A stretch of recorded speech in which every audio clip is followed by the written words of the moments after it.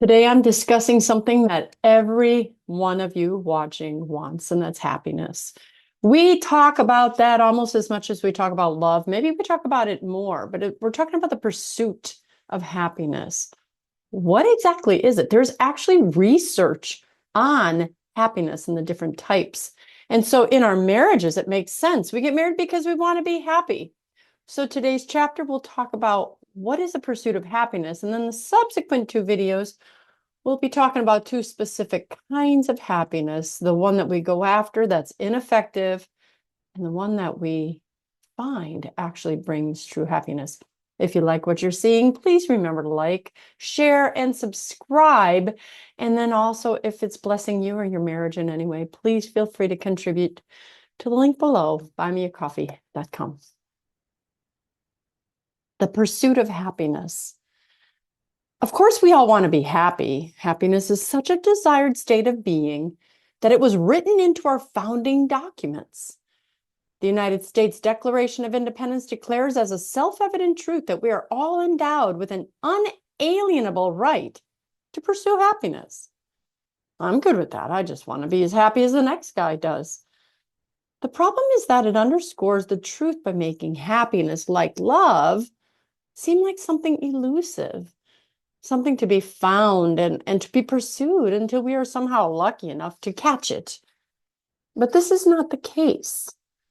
Happiness is so desirable that the science has gotten into the picture.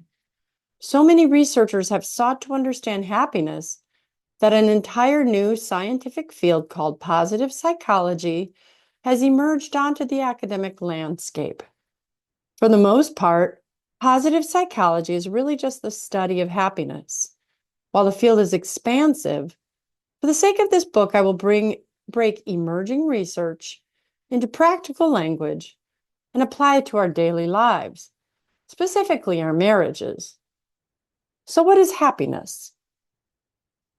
In her book, The How of Happiness, positive psychology researcher Sonia Lyubomirsky describes happiness as the experience of joy, contentment, or positive well-being, combined with a sense that one's life is good, meaningful, and worthwhile.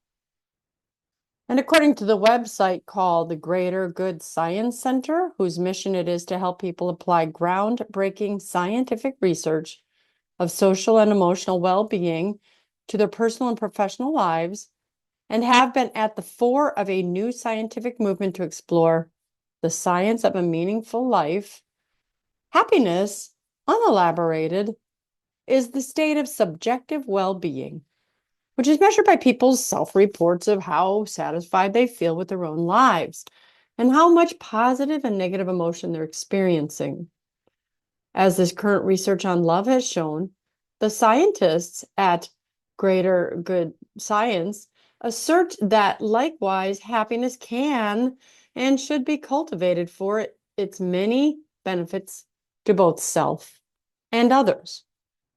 But one of the most important benefits they assert, relevant to this research on super couples, is better relationships. They find happier people have more friends and are more likely to get married and have fulfilling marriages. Well, before I continue, have you been known as a happy person, or have you been known as a pessimist, or someone, have your friends and family said, oh, you're so negative? You may want to start with looking at yourself and figure out why you haven't found that person. But back to my reading. If we consider this final statement more closely, it would seem to turn our understanding of the happy marriage on its head. Many believe, as I once did, that I'd be happier once I had a good marriage. While there is some truth in that, the statement points to the inverse. The happier I am first, remember, happiness is a choice, will result in a happier marriage as a byproduct. Now, look, I'm going to stop right there because I want to say that I'm not so Pollyanna-ish as to believe that all I have to do is choose to be happy and then all of my marital problems will go away. I'm quite possibly one of the happiest people in the world. I love life. I find joy in nearly everything I do. Had marital happiness really been nothing more than a matter of choosing, then I would have been half of a super couple more than 4 decades ago. But I was not. That being said, many who tend to maintain more of a glass half empty attitude could benefit greatly from a reassessment of their basic outlook on life in order to see a bit more what that glass is half full. If you wish to hang out with those toxic, woe is me individuals who always seem to suck the joy out of every environment, we call them the Eeyores. So knowing one can cultivate his or her own happiness is a wonderful starting point along this journey to super couple and basically a happier you. I would strongly encourage you to do an honest self-assessment and focus first on improving your own personal levels of happiness before you move on to the more intricately involved marital happiness. To get started at increasing your overall levels of personal happiness, the researchers at GGSC have produced a list of some of the best ways to cultivate happiness. 3 of the easiest are by exercising, resting, and practicing mindfulness, which, by the way, mindfulness is just a secular word that just wants you to replace meditation and prayer. Regular physical activity, they write, increases happiness and self-esteem, reduces anxiety and stress, and can even lift symptoms of depression. And many in our sleep-deprived nation are feeling the happiness-lowering consequences that the researchers have linked to lower sleep.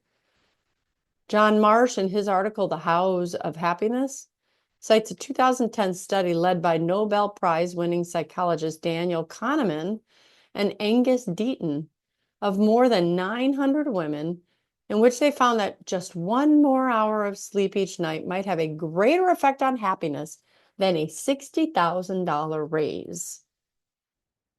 And lastly, though a little bit less concrete in practice than exercising and sleeping, is the practice of mindfulness, which they define as the moment-by-moment awareness of our thoughts, feelings, and external circumstances.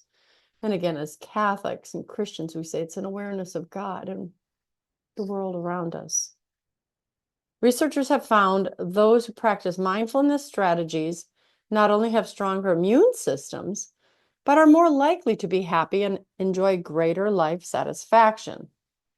There are numerous inventories through which you can begin to gauge and assess your happiness and well-being, and I would offer a good place for you to start would be going to greatergood.berkeley.edu/topic/happiness.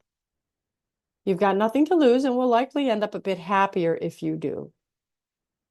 Lastly, while a happier overall personal attitude is an essential place to begin, having a happy marriage necessarily involves 2 people and is a bit more complex in its attainment. But before I enumerate the strategies essential to cultivating an extremely happy marriage, I would first like to present a more in-depth understanding of the 2 types of happiness at the root of the aforementioned research.